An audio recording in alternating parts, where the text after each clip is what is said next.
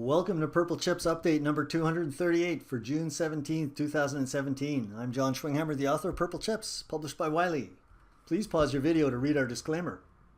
This week the Fed raised rates by 0.25%. This was widely expected, and it will be very interesting to see what happens to the markets considering that the summer doldrums are starting now. A lot of people say sell in May and go away, so we'll see how that works out. The other thing, Donald Trump is in a lot of hot water these days. It seems like everyone's rooting or pushing to get him impeached, and you'll see the last slide in this presentation kind of gives you my thoughts, some parallels with some previous administrations.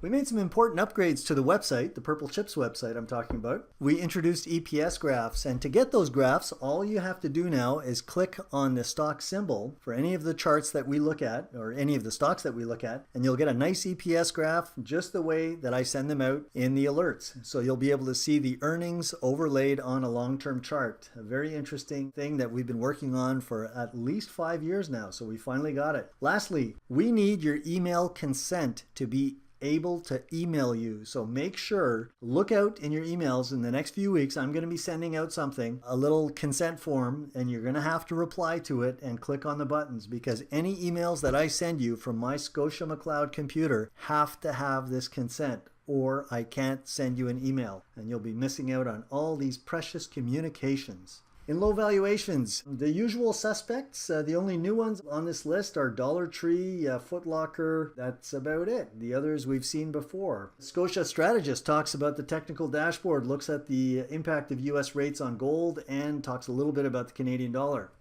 So you can pause the video to read through this.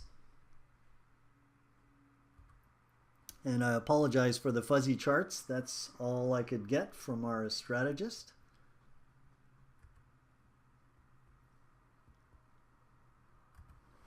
In progress trades, not too many changes here. We did add a half position in Enbridge at 50.37. So now when you look at the list here, you'll see it's a full position because we had added a half in May and we added the other half on the 14th of June. Let's see, that would have been Wednesday. And we paid 50.37. So our average cost now is 51.86. And Enbridge was actually closed at 50.31 on Thursday, and we'll see how it does on Friday.